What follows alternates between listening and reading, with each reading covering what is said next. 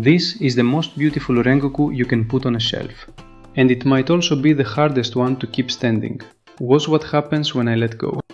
Aniplex box, BUZZmod line, scale 1/12. Straight to the figures. Nagashio Hibiki sculpted this face, and it shows. Every line here matches the anime frame for frame. The eyebrows curl up like flames. The eyes, red and gold, white pupil. That's Rengoku's exact palette, nothing softened. Look at the hair, fully sculpted, yellow with red tips leaking outward. No wash, no shading pass on top of it. Just clean paint doing all the work. Long in the back, gathered into that top knot. This uniform, Gakuran style, dark brown grey, one solid tone. White collar, brass buttons, that white tab on the chest, undershirt peeking out at the wrists. Turn him around, that's the Metsu kanji on the back, standard corpse marking, every Hashira wears it. Belts white, metal blue buckle and eyelets, sharp detail work for something this small. Now the legs, standard kyahan on most corpse members are plain white wraps, Rengoku's aren't. His are flame pattern, orange over red, replacing the plain cloth entirely. That's his personalization, sculpted right into the leg. Zori sandals, white sole, red straps, simple, correct, done. Every joint cut on this figure hides inside the scalp lines. You have to look for them. And then there's the cloak. White base fading into orange. Red flame tips at the edges. Folds carved in, not painted on. This cloak is the best looking piece on the whole figure. It's also going to cause you problems. We'll get to that. 2 extra faces. Put the default one forward, snap in the new one, that's it. One's mid-laugh, mouth wide open, the other's mid-rage, eyes narrowed, teeth clenched. Both keep the front hair strands built into the piece, no fiddly separate parts.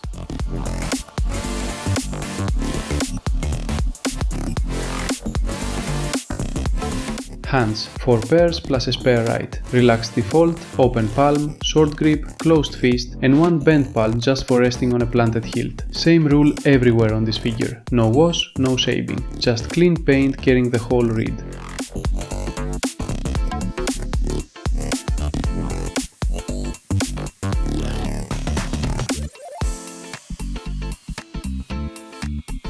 Now the swords. This is where Aniplex spent the budget, maybe even more than the cloak. Sheathed version first. Pull the guard and hilt off and the saya slides right into the belt loop. That joint is thin, handle it slow.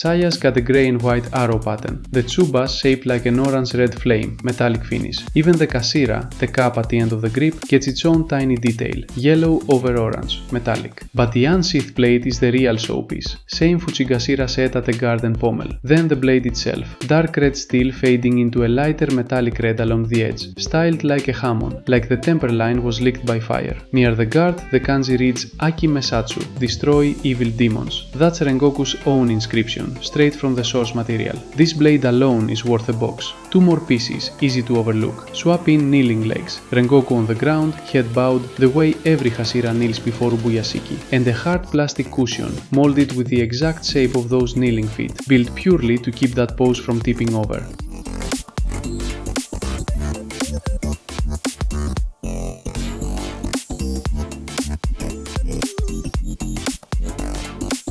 Then the flame effects. One base piece, flames front and back, orange fading to red, translucent enough to catch light beautifully. The others a full ring of fire, same palette, but the tips go black at the edges, like they've already burned out. It locks onto the base piece and stands on its own. Between the faces, the hands, 2 swords, kneeling parts and both fire effects, this box earns its price tag before you even pose it once.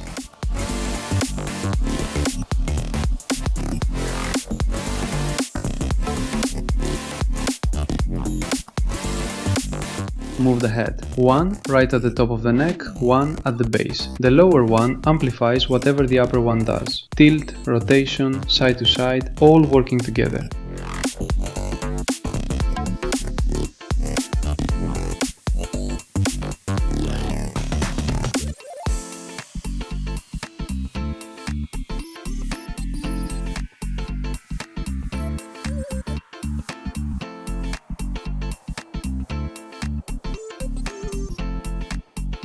Torso bends and rotates at 2 points, one above the navel, one below it. Then a ball joint between pelvis and abdomen adds rotation plus a slight lateral tilt to the whole upper body.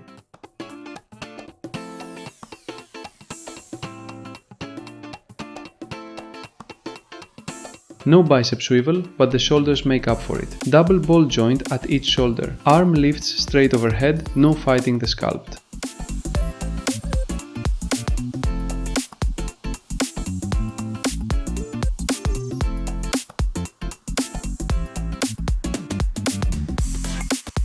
Elbows bend to 90, then rotate.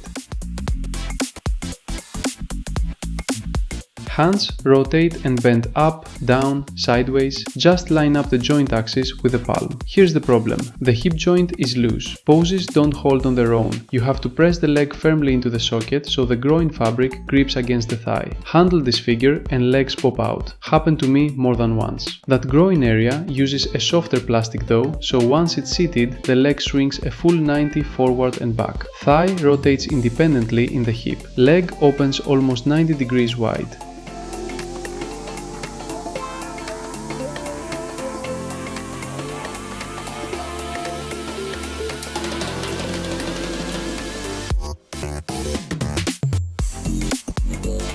The knee is the best joint on this figure. Bend it and the punch sculpt doesn't warp at all. Ankle rotates right at the Kyahan line. The foot itself stays rigid enough to hold weight, tilts forward, back, sideways, rotates, and even the toe section is articulated.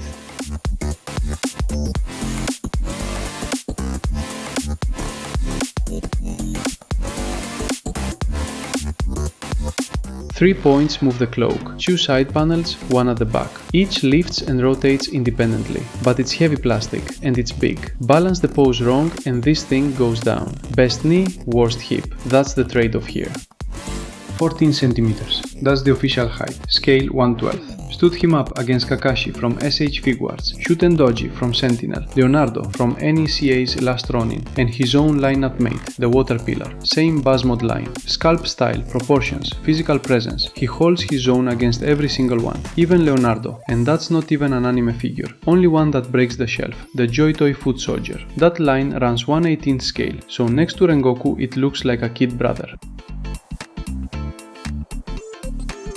So, is this Rengoku worth adding to your shelf? For any fan of the anime, yes. The face, the hair, the swords. Nagashio Kyō's sculpt work here is genuinely strong, but strong sculpt and easy to own are two different things. That hip joint will test your patience. That cloak will test your balance. Is it worth the money? If you're a display collector who poses once and leaves it, absolutely, no hesitation. If you're someone who repositions figures constantly, budget extra time for this one. It fights back. The accessory count is genuinely generous. 2 faces, 5 hand pairs, 2 swords, kneeling parts, dual flame effects, that's real value in the box. But BUZZmod isn't a budget line. This price point isn't for everyone, and that's worth knowing before you commit.